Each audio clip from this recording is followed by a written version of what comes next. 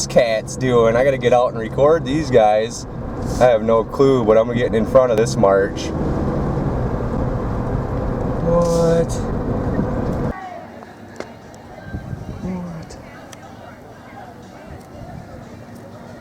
Where are these guys going today? What is this, ladies and gentlemen? What?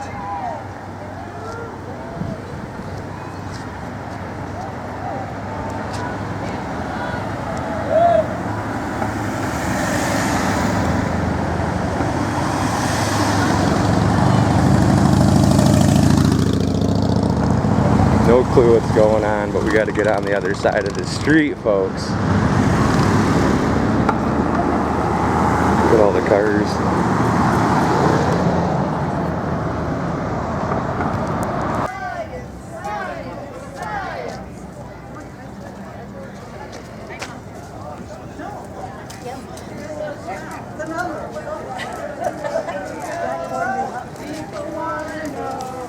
Why we're marching, so we tell them. Silence, silence,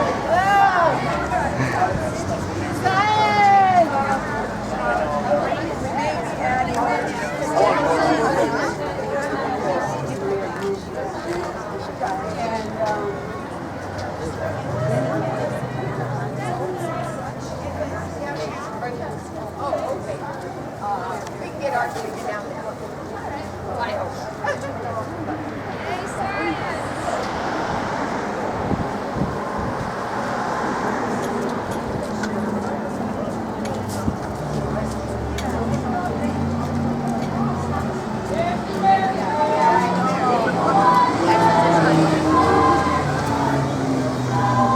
Tell them. Science! Science! Science!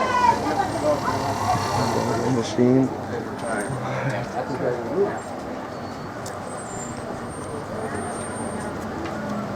Well, there's more, folks.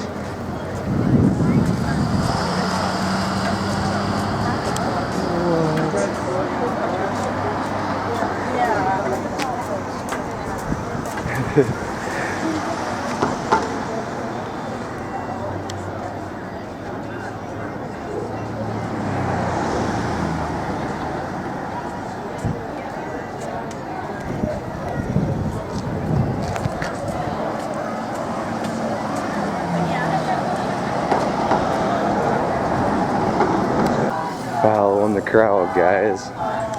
What? I thought they were protesting Trump at first.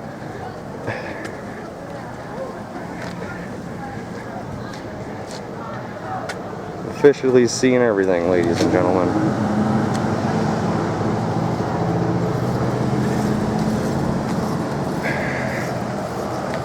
Let's go see what the science is all about. What are they doing?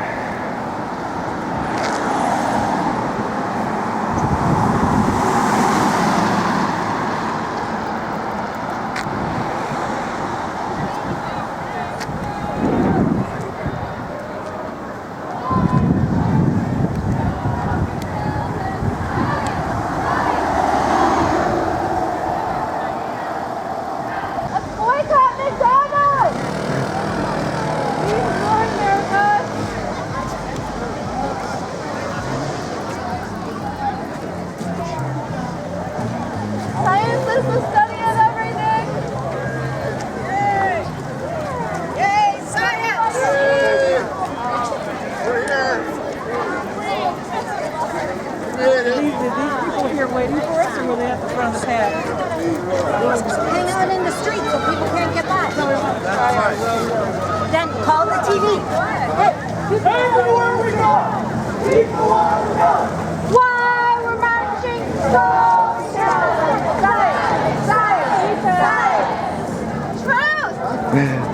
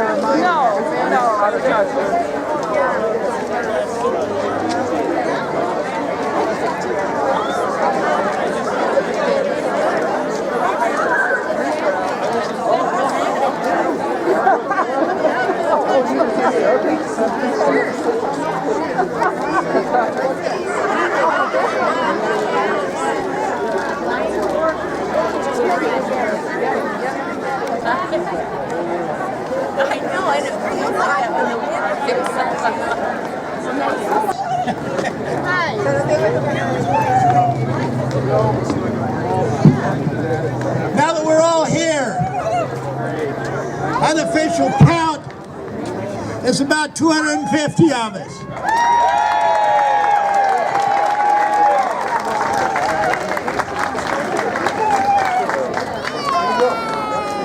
I'd like to thank you all for showing up. I'd like to thank some people that were responsible for getting this together. Judy, where are you? Judy? Amber, where are you, Amber? There's Amber over here. Christina? Where's Christina?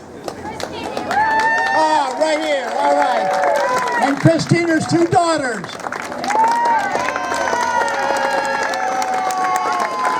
Patty, where are you, Patty? She's responsible for getting our mics up here. Janet? Janet, right here. Bob Kennedy, where are you? Bob Kennedy was right here in my back pocket a minute ago. And last but not least, Nathaniel Borenstein.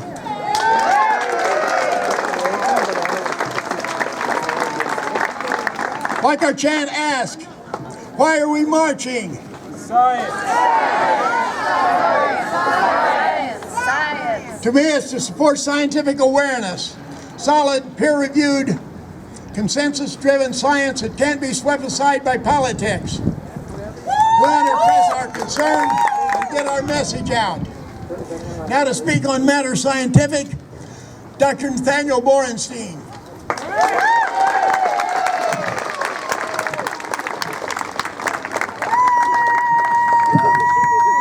Thank you. It's a great honor and delight to be here with so many of you today. As Alpena, is this better? Yeah. Okay. It's a great honor and delight to be here with so many people from northern Michigan as we come together and march for science. Except that we're not really marching for science. The March for Science is a catchy phrase, but not all science is equally marchable. German scientists figured out how to use Zyklon B for more efficient mass murder. I'm not marching for that because it's evil. And a serious scientific study once established that if you drop a piece of buttered bread, it will actually land on the buttered side more often than not. I'm not marching for that because it's pointless. So what are we marching for? Generally speaking, we're here to show our support for science-based public policy and for basic education in the scientific method. Every American should know how to critically evaluate a scientific claim, and we should all pay attention to things like safety studies of nuclear energy. Most science isn't controversial in the first place, and among those issues that are controversial, climate change alone is a matter of life and death for the planet. When Galileo maintained that the Earth revolves around the sun, he wasn't merely explaining the results of scientific reasoning. He was also speaking in direct opposition to a widespread belief at the time, which held that the Bible declared that the sun moved around the Earth. Ultimately, he was forced to recant at the risk of his life. But most scientific discoveries don't pose such a threat to religion. The discovery of electromagnetism didn't alarm religious believers because it isn't discussed in the Bible in the slightest. Today, there are those who deny science on a number of topics, but they are not equivalent, and it's a mistake to act like they are. In particular, there are those who doubt that human beings evolved from earlier species, those who doubt the safety of vaccines, those who doubt that human activity is changing the climate, and more. As scientists, we deplore the reasoning of all these skeptics, but it would be foolish to treat them as equivalent. Only climate change among these issues endangers all life on Earth. This is too critical to conflate it with other examples of science denial. We need to convince even those who deny science on other issues to accept its finding on this one. Some religious denominations deny evolution because of their literal interpretation of the Bible. Their views are based on deep religious beliefs, which deserve respect even from those of us who give more credence to science than Scripture. In the long run, that battle will be won the same way Galileo's was won. Over time, accumulating evidence will force a reevaluation of the meaning of imprecise biblical verses. Climate change is different. Nowhere in the Bible does it say that the climate will not be changing millennia after the Bible was written. To the best of my knowledge, no one's religious beliefs are actually threatened by the observation that humans are warming the planet. Climate change denial is no more grounded in the Bible than a belief that electromagnetism is sorcery. People who believe the earth is flat are harmless kooks. People who believe vaccinations cause disease are a danger to the health of our children and our community, but not the planet as a whole. When the tobacco companies spent decades denying clear evidence of the health dangers of smoking, they endangered every smoker and those near to them, but not the entire world. People who believe this world was created a few thousand years ago endanger their children's education, but not much else. In contrast, people who deny climate change endanger everything we know. We have to prioritize these issues, especially up here in the North Country, where so many of our neighbors and ourselves are people of deep religious faith. We have to talk with them and make sure they understand that their faith does not deny evolution. I'm sorry, I read that wrong. We do not need to do that, sorry. There's a time for arguing with them, but the time is not now. With the ice caps melting, we don't have the luxury of challenging scientific skeptics at every turn. On the other hand, many religious Christians are climate deniers, but only because of what they hear on Fox News, not because of arguments for Scripture. This makes them potentially more persuadable. In fact, the Bible is full of verses urging humans to be good stewards of the earth. Fighting climate change means trying to convince the world, trying to preserve the world God gave us. It should be much easier to convince our religious neighbors to oppose climate change than to change their minds about evolution.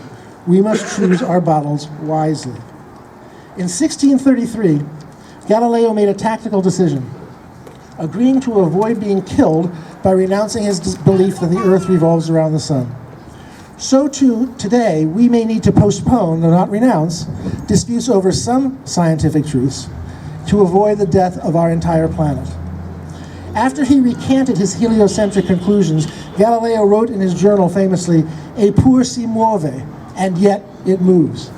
Just as Galileo was vindicated by later generations, we can, if necessary, leave arguments about evolution to our grandchildren's grandchildren. Those of us alive today must focus on the issue that threatens the entire world. At this critical moment in history, we must be clear on our priorities and tailor our arguments carefully for persuadable climate skeptics, avoiding extraneous issues that will only make things harder.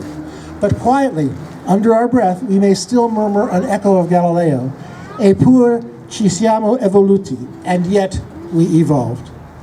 Let us always defend the truth, but let us fight most fiercely where the truth matters most. Thank you.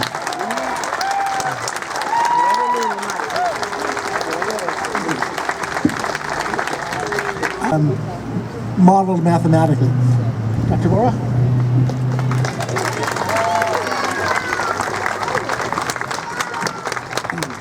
Good afternoon. It's a good preamble to present me as a student of happiness, because that's how I feel this afternoon in Alpena. Okay, now okay. Was not aware of science in that domain. I'm happy being here in Alpena. Years ago, I used to travel throughout Michigan with the Bureau of School Accreditation, visited Michigan high schools and all schools. So it's good to be back here. I haven't been back here in years.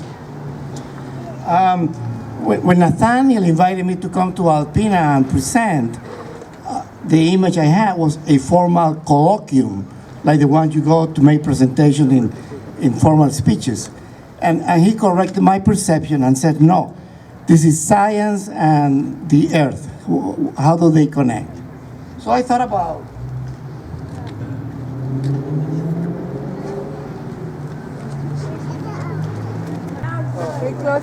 my point. And my presentation rests on two pillars of science. They are so well known that I did not prepare any elaboration on those two topics. The first one, and my wife Maria will show you, the first principle that I use is the first law of thermodynamics. Energy cannot be created and cannot be destroyed. It is constant. It transforms from heat energy into kinetic energy and different processes. But imagine you're in a, you have a question? I'm saying yay! Yay, good. Now I know what a yay means in Alpena.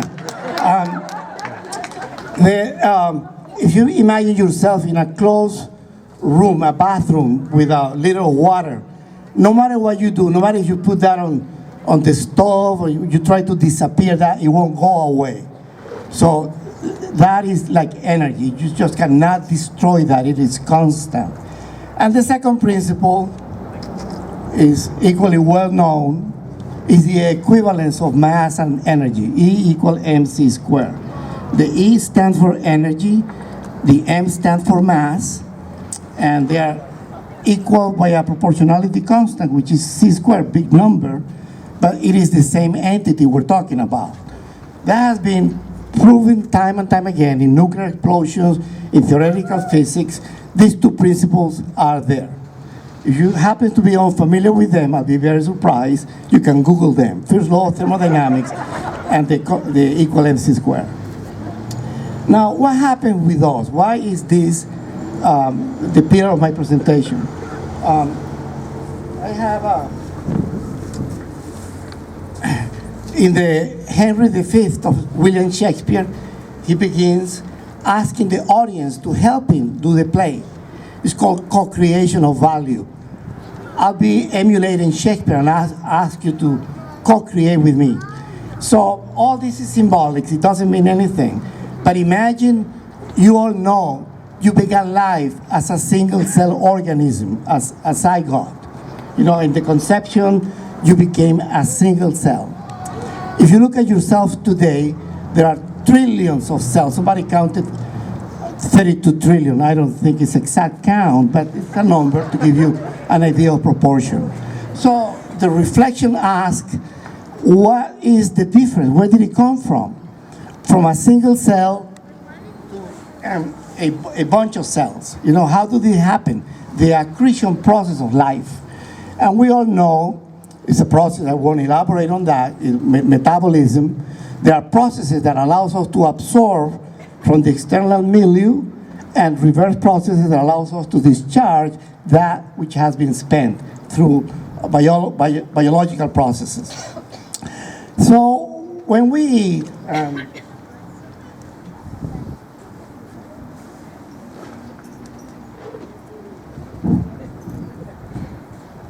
we take, this is us, and we go and eat, and we take cells.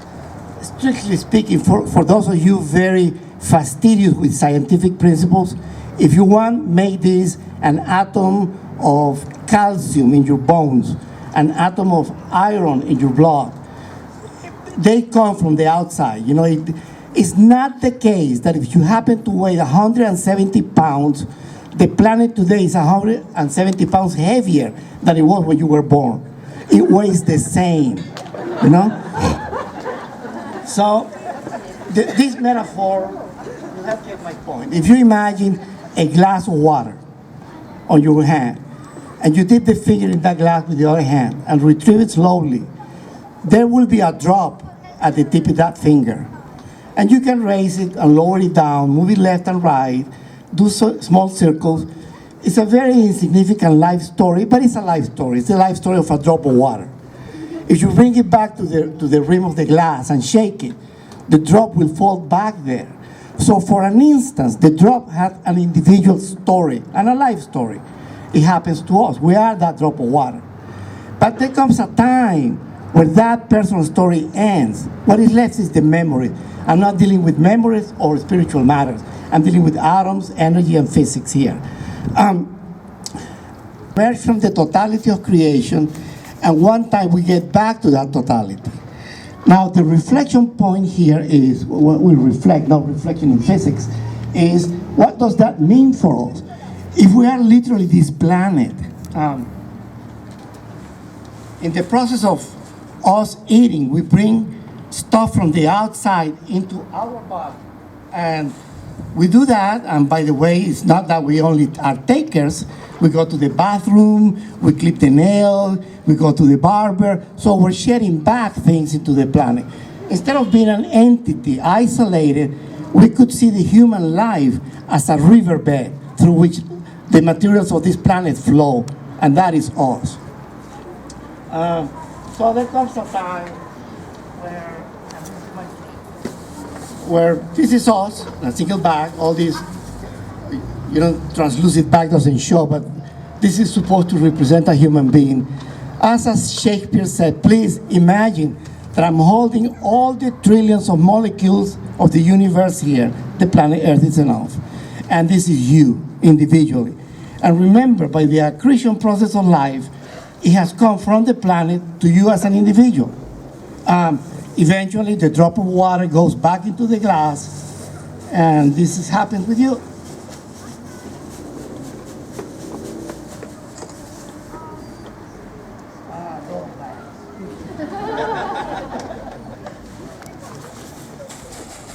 So I don't know if you can see the mix of cells that used to be used with the rest of the cells that are there. Nathaniel told me that there are studies made that the probability that you breathe one molecule of air that Julius Caesar also breathed 2,000 years ago is pretty high. I forgot what the number is, but we're all mixing together. We're sharing this. Even if you don't want that, even if you close your house, you put those plastic covers there, you will not avoid it. You have to drink water. You have to eat food. That exchange is continuous. So here we are. I invite you to roll this imaginary movie in your mind. Imagine yourself today. This biology of the cells indicates a maximum 7-year life expectancy. Nothing of what you touch today of you was in you 7 years ago. It's all brand new. You're being regenerated. Those of you very insistent on being born again, you're being born again every second that you breathe, every time. So if this is the composition that we have, if you imagine in the movie making of your mind, fast forward 7 years from now, this is what the universe would look like from your point of view. You are part of that. And more of that will come into you. This unity between the self and the totality of things is echoing in passages of the Bible, is in the dollar bill of the US, is in the Jamaican creed, out of one many, is in many creeds, religion, poetry, the idea that we are together with the planet is behind Buddhism, Zen Buddhism, and the totality of things. Why is where do we stand with the rest of the planet, given that it is me? That's it.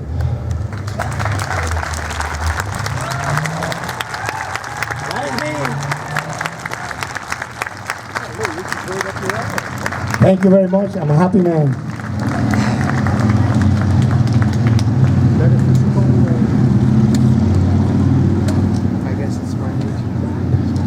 Jim Schaefer gave me 1 minute.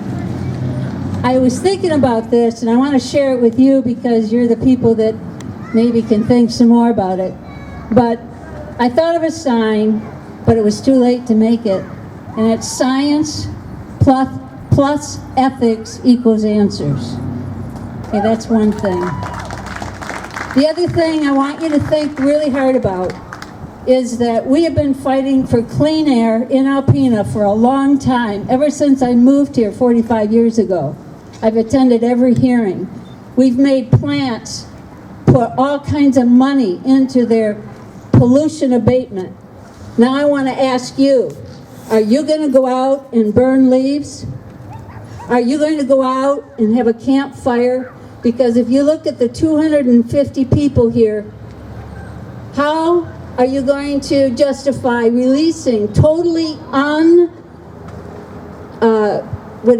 filtered carbon dioxide plus all the chemicals? If you Google the contents of wood smoke, you will not burn.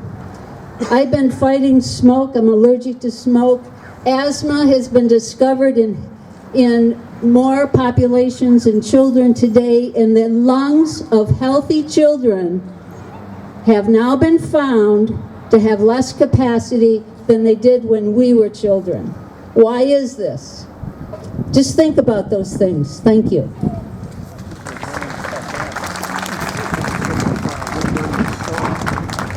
Okay, words of wisdom. One announcement. I was just handed this on July. Protect the lakes, to raise awareness of the need to protect our lakes at local, state, and federal levels. It will take place at Starlight Beach at on July 3rd, 10 a.m. Eastern Daylight Time. Okay, thank you.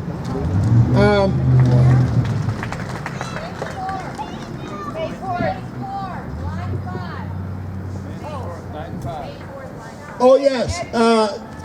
What time is that, Janet? 6:30 p.m. at the library. Ed Tim will be speaking on the Line 5 pipeline. That's another announcement we, yeah. Okay. I think we know a station out here with our Great Lakes Fisheries and Wildlife Station here. With our Great Lakes that need to be protected by the Great Lakes Freshwater Initiative. These are all science-backed. They're all threatened along with the National Institute of Health of all things. These are threatened by the proposed budget cuts in Washington. This is why we are marching, to show that we are aware. Thanks again, and give yourselves a big hand for caring and acting. And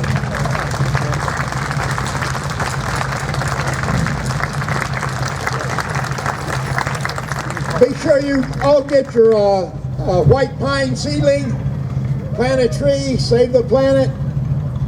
Now we're going to march down Second, the river, and back to Noah.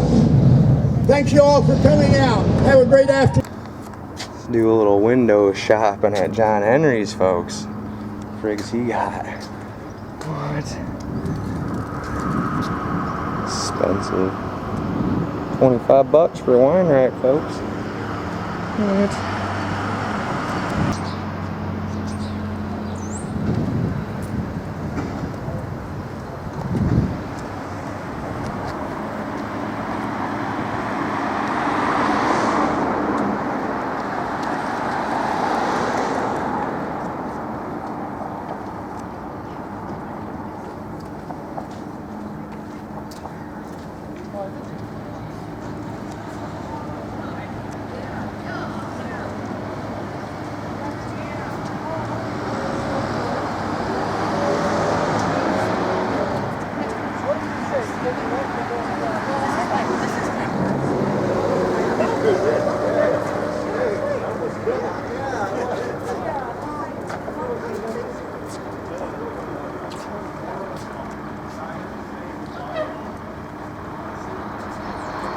People at Henry's know what's going on.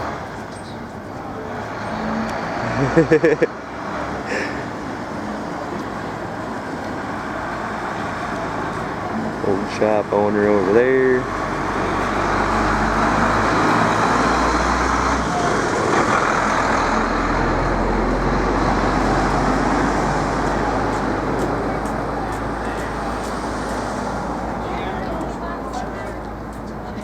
The animals were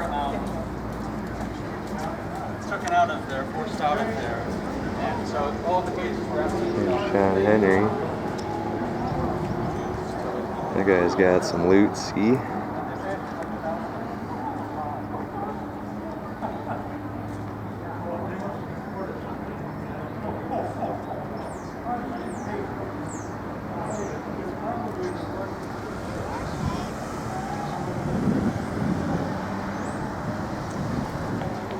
Oh, the Earth Parade, it's over, folks.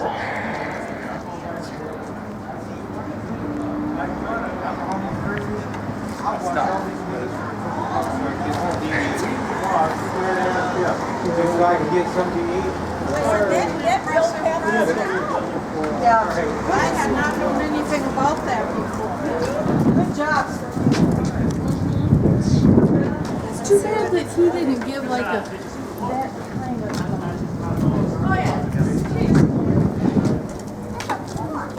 I've learned not to respond.